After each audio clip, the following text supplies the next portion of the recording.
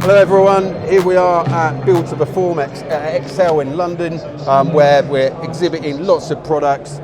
We're here today with Eduardo de Pantz from Euroklimat. Euroklimat are exhibiting their range of propane heat pumps, which are available through ICG heat pumps. So Eduardo, propane, what's it all about? Why are we using it in heat pumps now? Well, it's all about energy transition and carbon reduction. In this moment, we need to reduce the carbon impact of our appliances. Of heating in buildings then? I mean, the transition between fossil fuel to electrification of heating, we need to use heat pumps.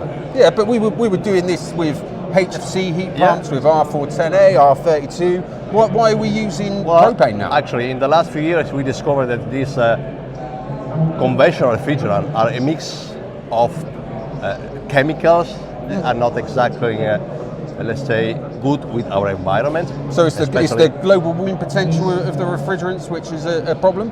Exactly, because these chemical blends, they have a very high GWP, global warming potential.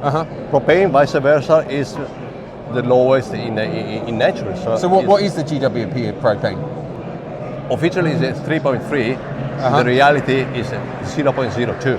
0.02, so how's that?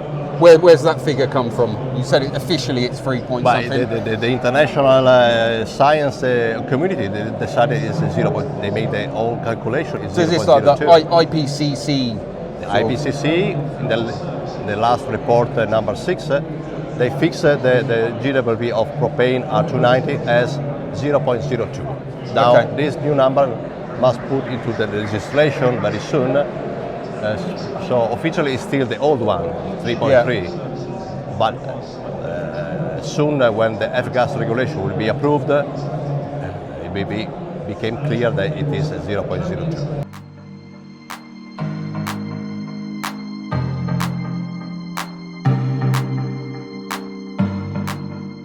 Okay, so the refrigerant inside it is better for the environment. I guess that's just when it's released to the environment, is it? Yes, it's all about the carbon impact of these appliances.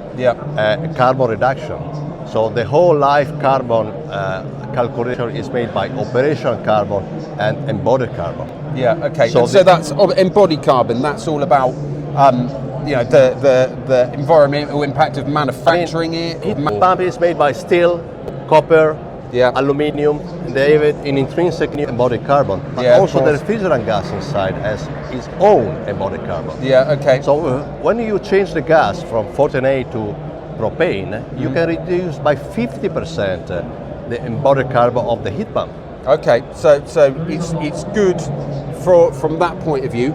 And in terms of like energy efficiency, because conventionally heat pumps are using R454B, using R32, R407C, R410A. How does this compare in terms of operational performance? In increasing the efficiency of your heat pump, you are reducing the operational carbon. Simple. Right, okay. And the operational carbon is the carbon that you are releasing into your system from now up to the end of the life of your heat pump. That's why we call also the operational carbon the future carbon. Right, okay. But the embodied carbon is now. It's when you install your heat pump, you put into your system all this carbon. So future carbon, now carbon. Right, okay.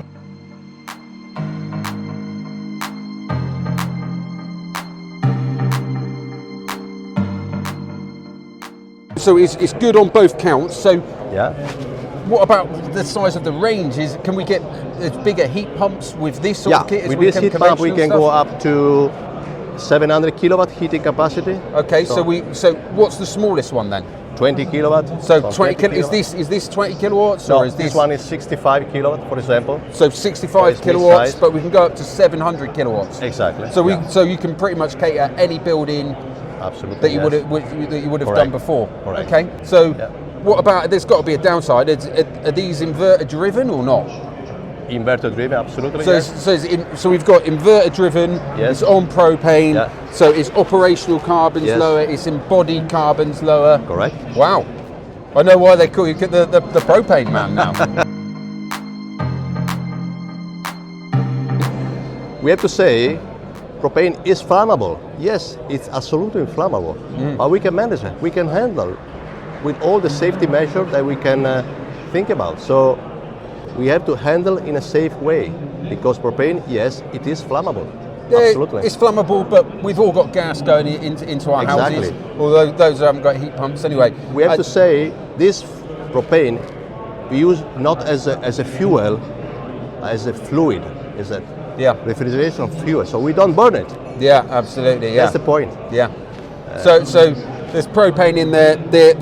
I'm guessing there's protection devices. There's leak detection. Standard measures are fans. leak detector, extraction fan, and all the possibility to reduce any